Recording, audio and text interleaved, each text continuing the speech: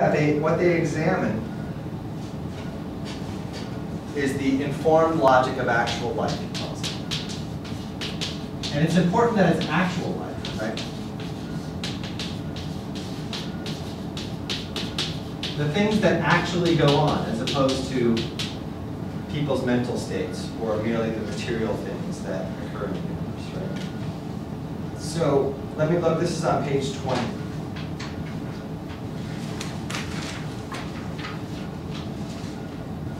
So what does the ethnographer do?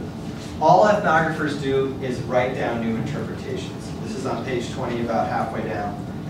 The ethnographer inscribes social discourse. He writes it down. In so doing, he turns it from a passing event, which exists only in its own moment of occurrence, into an account, which exists in its inscription and can be reconsulted. This is the point, right? All anthropologists do, right, is they record their own interpretations.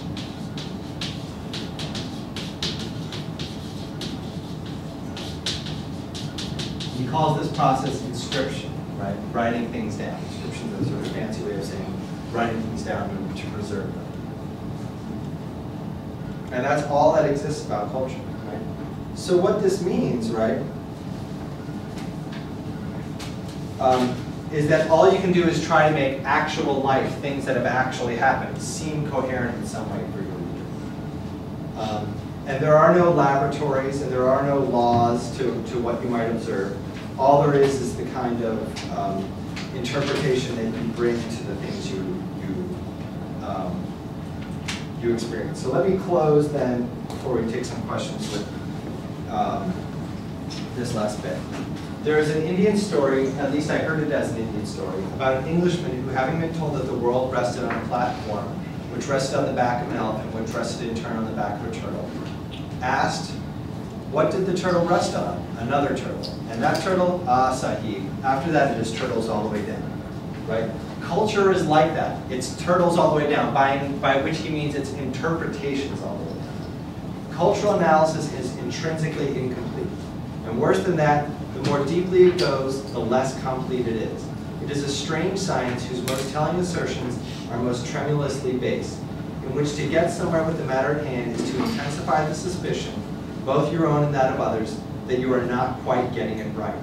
But that, along with plaguing subtle people with obtuse questions, is what being an ethnographer is like, right?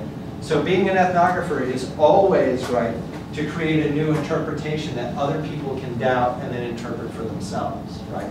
And not to create for people the laws according to which you can understand how a culture operates. Do people understand that? It's sort of this way of being humble, but at the same time of making very large claims about his writing abilities.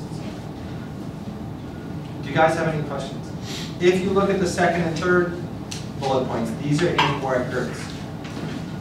If you agree with Gertz that cultural anthropology should be based on interpretations and not on the discovery of scientific laws, do you still think that cultural anthropology is worth doing, right?